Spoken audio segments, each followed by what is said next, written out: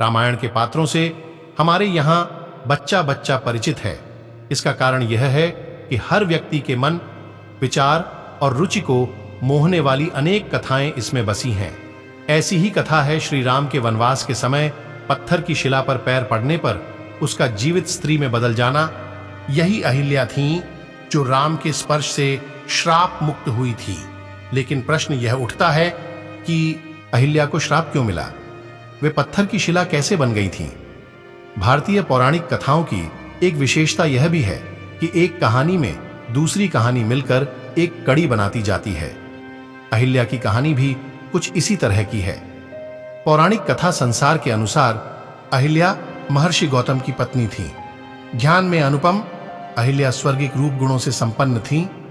अपने अतुलनीय सौंदर्य और सरलता के कारण वे अपने पति की प्रिय थीं।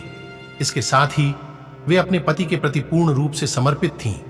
इसीलिए उन्हें सती अहिल्या का नाम मिला था। दोनों ही पति पत्नी धर्म का पालन करते हुए प्रेम रस से परिपूर्ण दाम्पत्य का निर्वहन कर रहे थे। ऐसे अद्भुत प्रेम को अचानक एक दिन बुरी नजर लग गई। अहिल्या एक बहुत ही सुंदर स्त्री थी। अहिल्या को यह वरदान मिला हुआ था कि उनका यौवन सदा बना रहेगा। अहिल्या की सुंदरता के आगे तो स्वर्ग की अप्सराएं भी पानी थीं। इसलिए देवता भी अहिल्या के कायल हुआ करते थे। लेकिन एक श्राप के कारण अहिल्या पत्थर की शिला में तब्दील हो गई थी।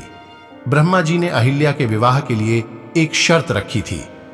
ब्रह्मा जी ने अपनी मानस पुत्री अहिल्या का विवाह गौतम आर्षि से करवा दिया। इस बात से इंद्रदेव क्रोधित हो गए थे। पौराणिक ग्रंथों में अहिल्या के बारे में बहुत सारी कथाएं प्रचलित हैं। तो चलिए जानते हैं आखिर किस श्राप की वजह से अहिल्या पत्थर की शिला बन गई थीं और फिर उसके बाद किस प्रकार से नया जीवन दान मिला। अहिल्या की उत्पत्ति ब्रह्मा जी से मानी जाती है। इसलिए अहिल्या को ब्रह्मा जी की मानस पुत्री भी कहा जाता है। अहिल्या सभी गुणों से परिपूर्ण थी और बहुत ही सुंदर और रूपवती थी। इंद्रदेव भी अहिल्या की खूबसूरती के कायल थे।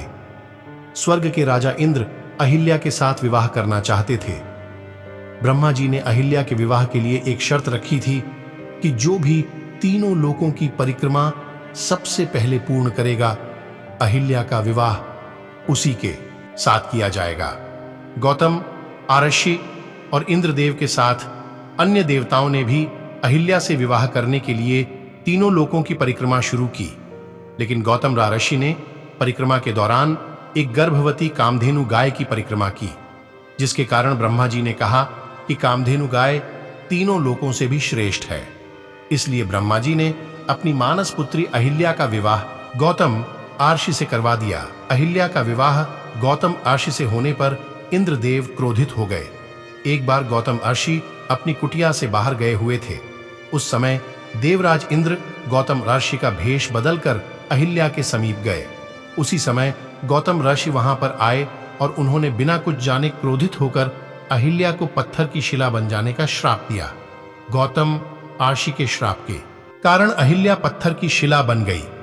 और रामायण काल में जब राम और लक्ष्मण वन विहार करते समय गौतम आर्षि के आश्रम के समीप पहुंचे, तब श्री राम जी के चरण लगते ही पत्थर की शिला बनी अहिल्या फिर से अपने स्वरूप में आ गई। इस प्रकार अहिल्या को नया जीवन दान मिला।